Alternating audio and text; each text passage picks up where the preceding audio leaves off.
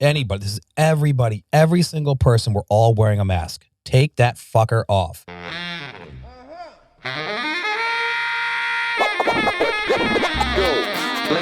Ladies and gentlemen, you are now about to witness the journey that is the Lyfe Choyces podcast. Yeah!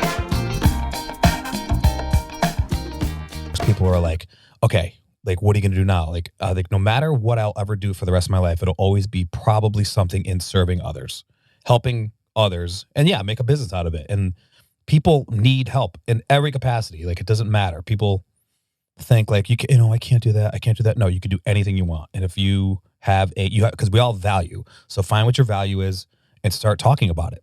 The problem is people get in their head, they don't think they're any good or whatever they have. People are going to buy or whatever. It's completely wrong. Well, they fill their heads up with self-doubt, basically. But what you're talking about is called the Ikigai. It's a Japanese, it's a book, but the Japanese word Ikigai is basically meaning what, like, one's purpose is finding out what makes you happy and do it the rest of your life. It's 2025. It's not just do what makes you happy. There's still the reality of do what makes you happy and figure out how to make a business out of it. Now, you're coming from the angle, which is wonderful, which is what we discuss here all the time, which is helping other people. The whole point of what we're doing on Earth, hopefully, is to help other people live better. And it's not necessarily financially better. That's the overlay of doing what you love to do, is that comes in after the fact, and you're able to pay all your bills and live your life the way you want to because you've created a business that is profitable. But the bigger profit is what you said you enjoy doing, which is helping other people. Yeah, exactly. And that's how it is, because you don't go after money, you'll get it. Right. You know what I mean? Yeah. Like, so, and anybody out there, if you're having a problem, go help other people. Like, you'll just feel better. That and by helping other people, you may start to see what it is that you truly want to do. That's because if you get fulfillment from it, then all of a sudden you're like, wow, I feel so much better when I'm doing that. Yeah. Oh, I should do that more often. Yeah, it's like you're helping other people, but you're also helping yourself. You don't even know it. Like, you just come out of there and you see somebody else thrive because of something you were able to create for them or help them with or guide them through. And that's how I got into the coaching with the dating. Like, when you get a guy who is like introverted, never spoke to a woman, doesn't even know, he's very, like, work data driven, smart maybe. And then but his social circle and everything else is just nothing. And he goes and you give him a plan for himself in his unique situation to go approach a woman. And he calls you and he's like, dude, I got this girl's number. You helping people, and it's something you were able to give them from a value perspective, and they take action on it. You just feel unbelievable for them and yourself. Right. We are going to focus on the fact that it is the dating industry that you're into, and it's what you found that you love the most. Being an individual who wants to help both men and women become successful in getting out of their own way in order to find someone to be with. Yeah. And that's a huge thing. For anyone out there that isn't aware, Tom here had, when we first met, had an idea to create a venue to have people meet each other, men and women, where you vetted them to make sure that the reason why they're coming was an intentional reason to date. And those events were called Connection and Intention. Right. So that's what the whole premise was. And I would mostly vet the men, because women are pretty squared away with this type of thing. They're like, okay, right, whatever. And I would talk to the women like, I'm like, all right. The guys, I had a questionnaire and I would talk to them before they came in, and it's all good. Right. And it's not speed dating or anything like that, but I would separate everybody and made sure everybody did talk to each other and mingle and all that. And it was on them to either exchange numbers or whatever. If they felt uneasy about that, they would tell me about it. I would exchange it for them, email, however it was. and people always ask me like, well, did anybody fall in love from your event? And it's kind of like they're kind of trying to play like gotcha, like, or whatever it is. Right. And I'm like, you missed the whole point, right? Like, you can't throw people on an event that are strangers and they're going to fall in love that day. But you can start the conversation and start a connection. And if they don't have a romantic connection, you can be friends. You could start a business. You could do all sorts of stuff. And then and this did happen. They were like, I don't feel anything here, and I don't think you do, but I have a friend that would love you. And it's all connection. That's it. It's a bigger picture idea. Is you found a niche that you really enjoyed because you could see the overwhelming gratitude within yourself and other people would have, because you're going out of your way to kind of help people connect on different levels. Yeah. Yes, the intent is hopefully people meet each other and they go on some dates after the fact and maybe they do get married. Mhm. But the whole point was opening the conversation for people to kind of like relax a little bit. And who knows what could happen? Like you're saying, they might have a friend that they think would be great for you. There might be a business opportunity there. You might just create a really good friendship. Like that might be the only thing, and that's huge. phenomenal. It's huge, especially you might hear some stuff out there that I disagree with, where men can't be friends with women, and I think it's totally incorrect. I advocate for men to go have women friends. Now, here's where I think the difference is. If you're like in love with a girl emotionally, or you can't get her or something, and maybe she's using you to like help her move all the time and all these things, maybe, separate from that because you have an emotional attachment. And she's just like, whatever, and that's all. But female friends, they will, and if you are just have friendship with them, they will advocate for you. They will help you. You have feminine energy. So when you do find a partner, you're already kind of like, well, you also have someone, like from a man's point of view, like you're saying, you also have the ability to have the woman's point of view in a situation that you can go to. And whether you meet them at an event like that or like, it's not impossible for men and women to be friends. One of my best friends, Joanna Oakley, we've known each other since back in my days in Ottawa. And, we don't talk all the time anymore, but we're still besties. When I go home to Toronto to visit my family, we go for lunch and we hang out and we catch up and there's nothing at all besides the friendship. I love it. And then I have, a buddy of mine who's married, and his wife is probably one of the sweetest, nicest women any of us in our group has ever met. She's always like, whenever you're in that environment, she always wants to have a conversation, talk to you, see how you're doing, what's going on with your life, whether you have a girlfriend, you're not. And it's just like, it's very nice that you have that ability to be around the feminine energy that could help you in many ways. It does help you, especially from a woman who sees you maybe with multiple other women in like a group setting, and her subconscious is going to look at that, and it's called pre-selection. And she's going to be like, okay, this guy's surrounded by women.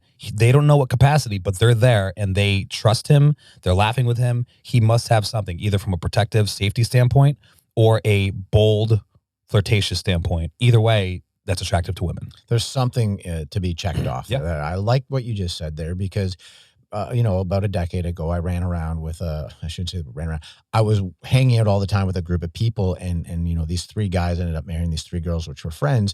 And within that group, there was other girls, but like as collectively, we all kind of went out together, and I wasn't sleeping with any of them, but I was always out with them in a group, and obviously lots of laughter. We were up to the bars having fun. And it sends off that energy to other people that might be an opportunity to meet that guy's safe, right? That's an automatic thing. He's around other girls and people. It seems like it looks like a decent person. Everyone's having fun together. So it is that energy that comes off of it. What I find amazing is how we've only known each other for maybe like a year and a half, maybe. And when we first met, we were both kind of starting off in the podcast area. You were starting off with your Tom Lemire project. Yep. And I love what I've seen in the past recent months, where I saw actual progression, actual movement forward, not just from you having events, but I saw you on Fox News.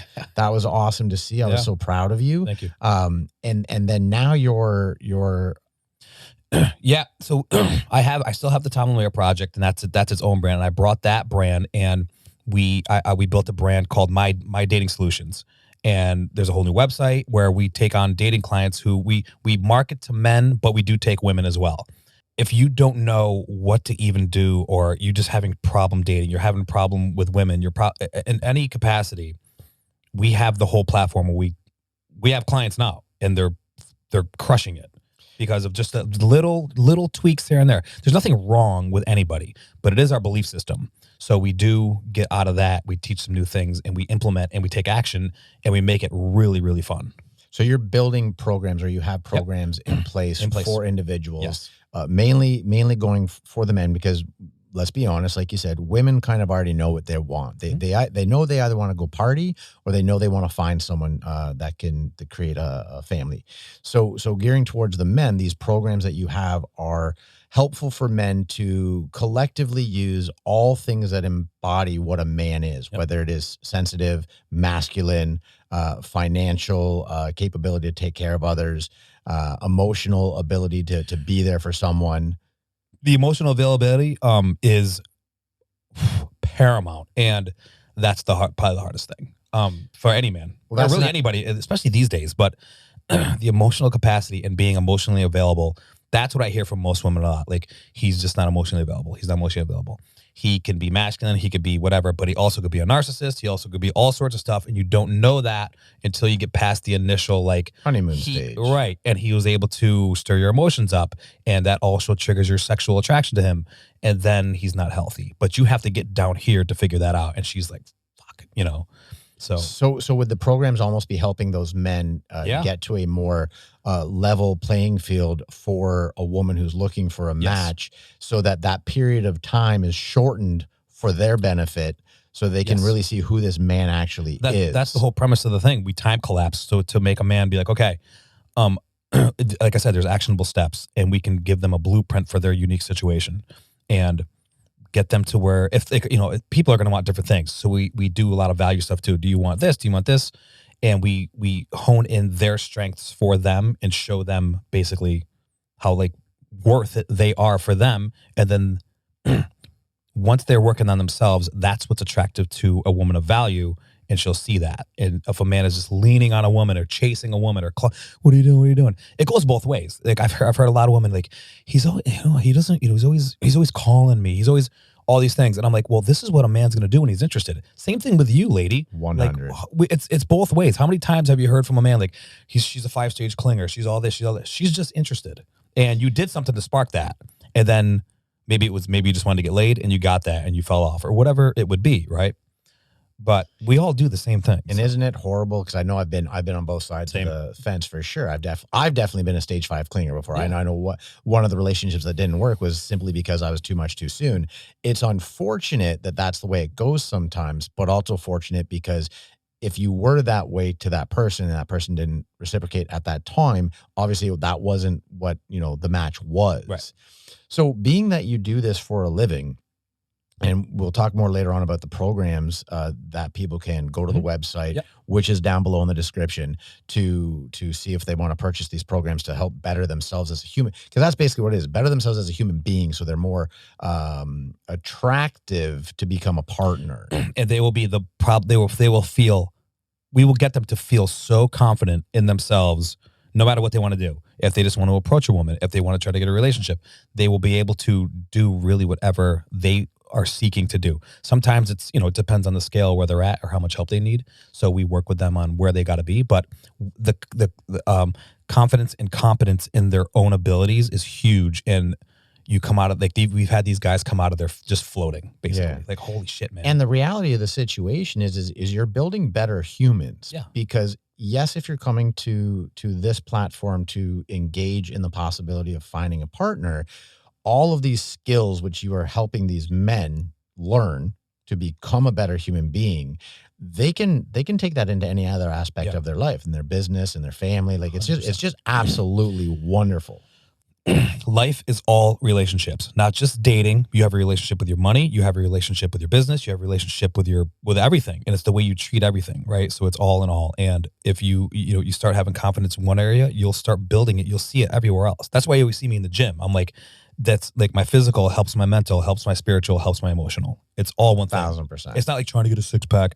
That's a great bonus feature, but it's really drives the endorphins in my brain to think about how I can drive my life to a stratosphere. I don't even know where I'm going yet. It's looking to see what can you do every day to help yourself mentally and physically become healthier.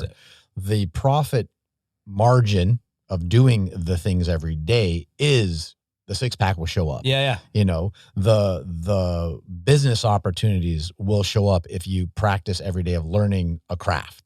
Those are all the benefits of it. Yep. And it seems, and like the dating space with the business space is similar, because if you're dating and you got to put yourself out there a little bit. If you're just sitting home on the apps like this all day long, well, then you're probably going to, the match rate for an average looking guy to a hot girl on an app is not good. So that's why you're getting BS matches. And then you get that match and you're like, well, she's not really what I want. She's whatever. We all have our thing. We all like what we like. It doesn't matter. And then that'll get you depressed, and they'll just keep you like this only. And then you get a match like, nope. Well, because it's not sustainable. You're No. not actually looking for a match. You're looking for a dopamine hit. Yeah, exactly. Where if you actually enroll in something like what you guys are offering, Oh, yeah. the reason why you're spending the money is because you want the result of having a partner. And we will get you the result. And we will work with you Exactly. until you get the result. So let's go into the women's side of it, because you already mentioned one of the bigger things that women kind of come to you and say, like, is the fact that the men are unemotionally available. What would be maybe like the three, so two other things that you find are the women's biggest concerns with the dating realm and to find a good match? So a good match from like a woman's perspective would be, yes, emotionally available. And that just means like a guy who, it could be the smallest thing will set him off. That is a sign of like a guy who's like a ticking time bomb or like lives in a pressure cooker and he hasn't dealt with his own emotions. I think that's what a woman means when she sees certain things like, holy shit, like, you know, or maybe he's just too much of a playboy. Maybe he's too much of a partier and he's, you know, he's a great guy, but so emotional availability for a part. This is for like people, like women who are looking for partnership. This is like intentionally looking for a partner. Yes. For anybody, if you're just looking and clawing, you're not going to get what you want, and you should live in abundance, and you'll attract what you want from there. That's a whole other thing. We can go into that too. But women want masculinity, and I don't care what anybody thinks. A woman wants a strong man who's going to give her a safe space for her to be seen and heard. Now, that doesn't necessarily mean the man that looks like The Rock. No. It just means like a strong masculine man. Energy. Yeah. Yes. Like masculine energy. He will like provide and protect his game. Like, you know, he's not. Yes, there are variables for what I'm going to say here. There's unique situations all over the place, but like from a very top level thing, if a guy like asks her on a date and then he asks to split the bill at the end, I think that's a problem. And no matter what, he didn't ask you to come out and then pay. So it's a date. I think the guy should pick up the bill. There's variations of this where the woman, sometimes I've heard, she wants to pay to, and that's the signal, don't talk to me again. But there's a whole thing. If he's just kind of like that, that's a non-masculine thing. I think money is, and being able to pay is a masculine attribute, and we all have that energy. Women make money, it's a masculine energy. I'm going to pause you there. On that point, I think it's because we still believe in the chivalry of life, Yes. which is, you know, men should, and I don't have anything against this, men should definitely do the things because it's right. Yeah. Now, when it comes to paying, when you're dating somebody, you know, I meant from like a first date. Right. When you're dating someone, you know, if you've asked the girl out on a date, then there should be no reason for you to ask them for money. You've asked them to go out with you. Right. They're there, so they've shown up. So it's easy after that. So you paying for the drinks and the dinner, there shouldn't be anything wrong with that. If it becomes more, that's when you have to suss out the kind of person the other individual is in the relationship and see how far do you want to take that? Do you want to be a man like our parents were, that the breadwinner was the man? That was a different time back then. You know, some couples that I know, like the woman takes her paycheck and buys all the food. The man does the cooking. I'm not saying go do that stuff, but that's where she, you know what I'm saying? Like what I'm getting at is like, that's a whole different thing, I think. Yeah, exactly. Once you get down right, then you work out your whatever you have. I'm saying like, you know, I just gave a top level example. Like, okay, we're going on a date. I don't know you. She agrees to come out. You didn't ask her for money. You know what I mean? Yeah. And don't do that. It's the kind of like. So the point is, so your question was like, okay, two other things besides emotional availability. They want a masculine guy. Yes. Generally, right? Yes, there's like a submissive thing if they want that, but generally, the guy just like be masculine and be a man. I hear all the time, I just want him to be a man. I understand what you mean, and we teach guys how to do that. So masculine energy, emotional availability, masculine energy, and be healthy, right? Like you don't have to have the six pack. You don't have to, but like basically treat yourself with respect, and she'll be able to see that. Treat your temple with the appropriate respect. And I don't mean like a physique body. You don't have to be like that, right? But like, you know, generally be healthy, and you'll if you're sitting on the couch every day eating pizza and beer, probably not the healthiest. Right. If you're only doing that, that's probably not what you want. But that guy, he's wondering why he can't find a girl.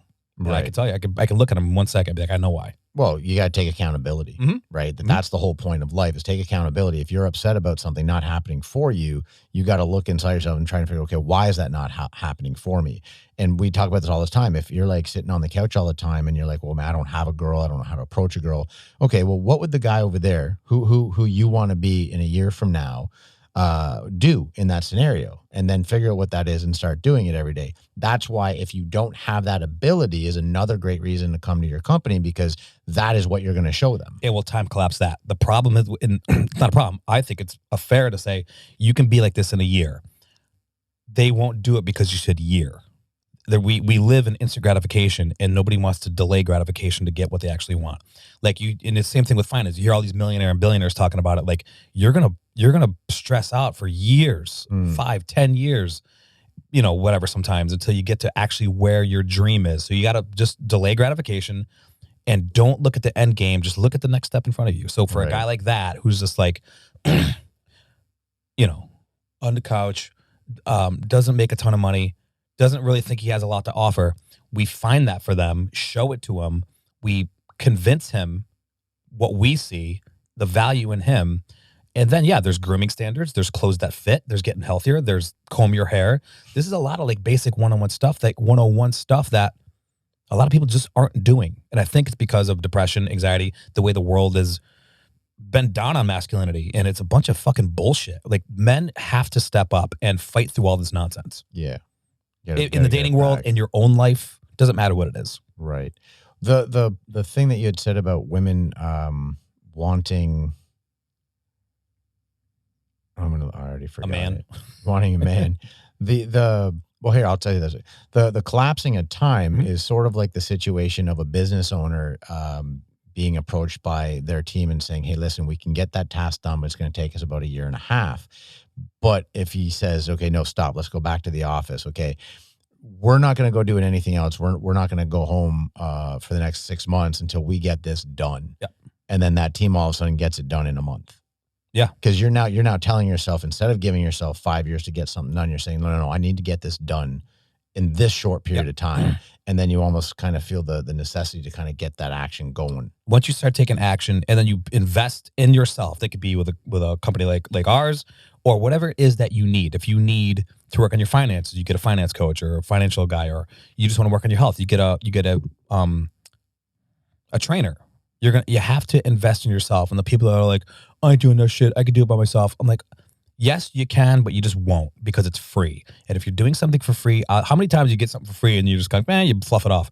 I've done that 1,000 times. But when you invest into something, you're going to go do it. Absolutely true. Yep. So on the flip side of that then, so what would be, and this will be interesting, what would be some of the men's biggest concerns? Because not every man that comes to you is the introvert that feels that they can. I'm sure you have some very there's guys powerful that are like, men that come to you. Of course. Their concerns are really, we get mostly the concerns in themselves, respect and admiration, and that she's going to be like a teammate for them. Do any of these men that approach you in conversations with getting into the programs have anything to do with the trust factor? Oh yeah. And it's the trust. So we've all either had our heart broken, or somewhere along the line in our life, trust hasn't worked out. The trust aspect, which I believe is probably, and you might concur with me on this, for some of these men that are coming into the program, is for us men, yes, we want to find a woman that we find physically attractive, clearly. We want to find a woman that we can enjoy their company, but we genuinely want to find that person that we can say whatever's up here and not be judged. 100%. And that's where the trust is. Like, I have my girlfriend right now. It's going phenomenally, but the whole point for me is I don't have to worry. Yeah. And I think this is a big reason that, men will come into a dating program like yours is I don't worry about sharing anything, because what a woman needs to understand is if you want to know if a man cares about you, he's sharing things intimately with you, not just physical intimacy. He's sharing intimate stuff with you because he feels safe with you. Yep. And that's where for you men, if you want to show that you're emotionally available, if you feel comfortable enough with a woman, is do those things, because they're gonna see, hopefully, that you feel safe in their environment. Yeah. And I think that is probably another thing that men would come to this program to see about getting. Instead, men, this is everybody really, but I'm gonna look at the camera for this. If anybody, this is everybody, every single person, we're all wearing a mask. Take that fucker off and speak with vulnerability and intimacy. You will get everything you've ever wanted. As you date someone and you learn their energy and you learn their moods, it's very easy for me when I talk to my girl, I know something's up. Mm-hmm. What it is, I don't know yet. So I've got to calmly, this is where a man can be a man. Yeah. That's the masculine I'm talking about. When a woman wants to be masculine, you're bringing it up right now. Be calm in the situation. Listen to what she's saying, right? Because she might just give you the information. It was a work thing. It was a family thing. It was a you thing. Don't react instantly. No.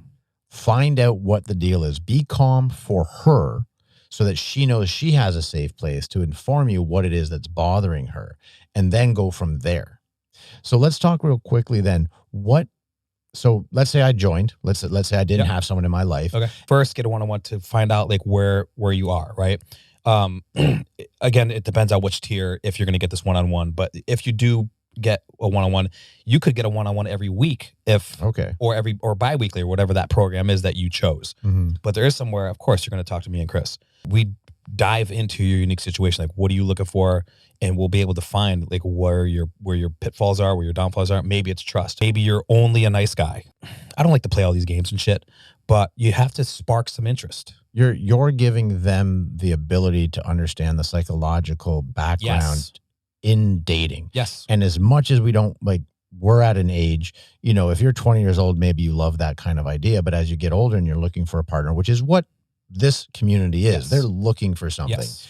They're done with the games, but there's a certain level in the beginning stages of dating that kind of has to be done, unfortunately, to become successful in finding the right match.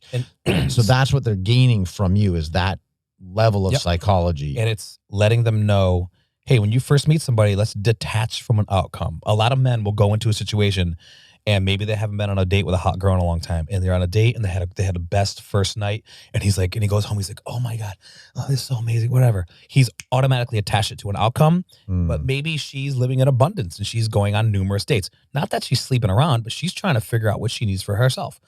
Men should do this too. In dating, especially at first, when you first meet somebody, you are allowed to date as many people as you want in this space. Yeah. So besides confidence, it's the fundamentals of being able to talk to a female. Yeah. Whether you think you're great at it or not, Right. these programs will help you Teach have that too. ability so that you can go out in the world after the program and hopefully be successful in creating the opportunities to have a date. It's the tools within yourself that you might not have. And that's okay. We're all where we are. There's nothing wrong with anybody. But a lot of the stuff that we've known throughout our life, maybe you got some bad habits. Maybe you learned the wrong thing. Maybe the world changed and you weren't able to with it because, you got caught up in work or business and you drove your life somewhere else, but now you're over here. Maybe you're divorced.